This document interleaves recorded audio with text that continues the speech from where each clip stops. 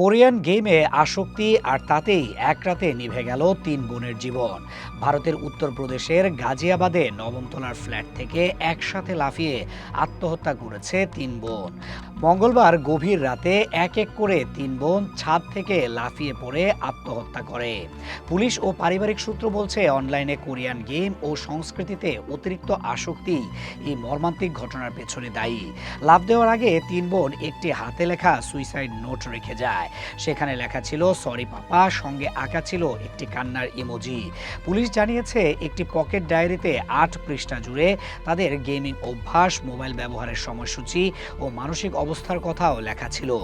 ঘটনার রাতে তারা ফ্ল্যাটের বারান্দায় গিয়ে দরজা ভেতর থেকে আটকে দেয়। পরে একে একে জানালা দিয়ে নিচে লাফ দেয়। শব্দ শুনে বাবা মা ও প্রতিবেশীরা ছুটে এলেও ততক্ষণে সব শেষ। পরিবারের সূত্রে জানা যায়, তিন বোন একটি তথাকথিত কোরিয়ান লাভ গেমে মারাত্মকভাবে আসক্ত ছিল। তারা নিজেদের কোরিয়ান নাম রেখেছিল, স্কুলে যাওয়া বন্ধ করেছিল এবং প্রায় সব কাজ একসঙ্গে করত। সম্প্রতি মোবাইল ফোন ব্যবহারে নিয়ন্ত্রণ আরোপ করায় তারা মানসিকভাবে ভেঙে পড়েছিল বলে ধারণা পুলিশের।